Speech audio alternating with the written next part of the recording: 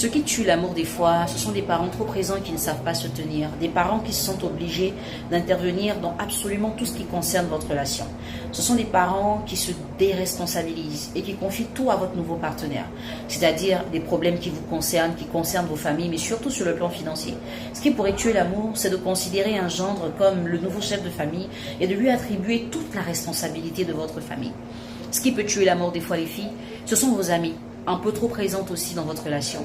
Des personnes qui ne se gênent pas, qui interviennent dans tout, qui parlent dans tout, qui s'immiscent dans votre relation et qui veulent des fois même gérer les conflits. Ce qui pourrait tuer l'amour, c'est une relation dans laquelle il n'y a pas d'interactivité. Ça veut dire que votre partenaire et vous, vous ne parlez pas, vous n'échangez pas vraiment. Mais vous avez toujours des intermédiaires qui règlent vos problèmes à votre place. Ce qui pourrait tuer l'amour, c'est qu'un homme, en vous voyant de loin, a imaginé une personne que vous êtes. En parlant avec vous au départ, il s'est dit, vous êtes peut-être cette personne dont il a besoin. Mais au fur et à mesure, il se rend compte que vous êtes loin de tout ce qu'il pensait avoir dans une relation. Il se rend compte en fait que votre vision n'est pas la même que la sienne. Il se rend compte que vous n'êtes pas aussi disposé pour la relation. Ce qui pourrait tuer l'amour aussi des fois, c'est que vous ramenez toujours votre passé dans votre présent. Vous avez tendance à travers des propos à comparer votre partenaire actuel à votre ex.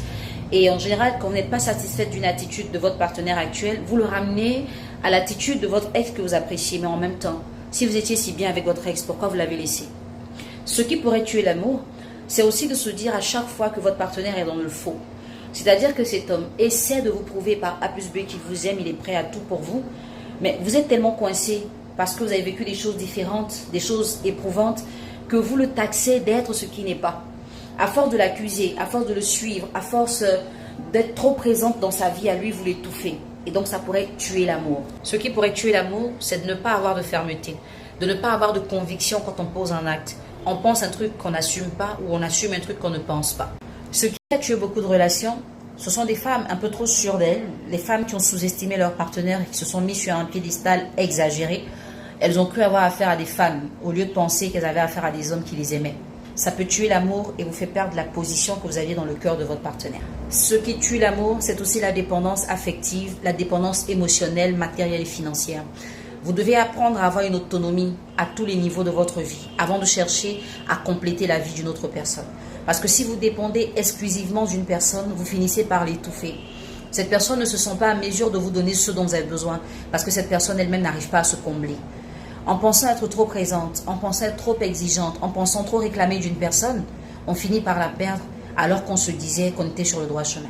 Ce que je vous dirais pour conclure, apprenez à nourrir vos relations, apprenez à les entretenir au lieu de les détruire avec des attitudes qui ne sont vraiment pas nécessaires. Si vous avez besoin d'un coaching privé, vous cliquez sur le lien en dessous de la vidéo, vous prenez votre rendez-vous et nous parlerons de votre problème en long et en large, dans l'espoir que vous puissiez trouver une solution pour enfin vivre un épanouissement amoureux.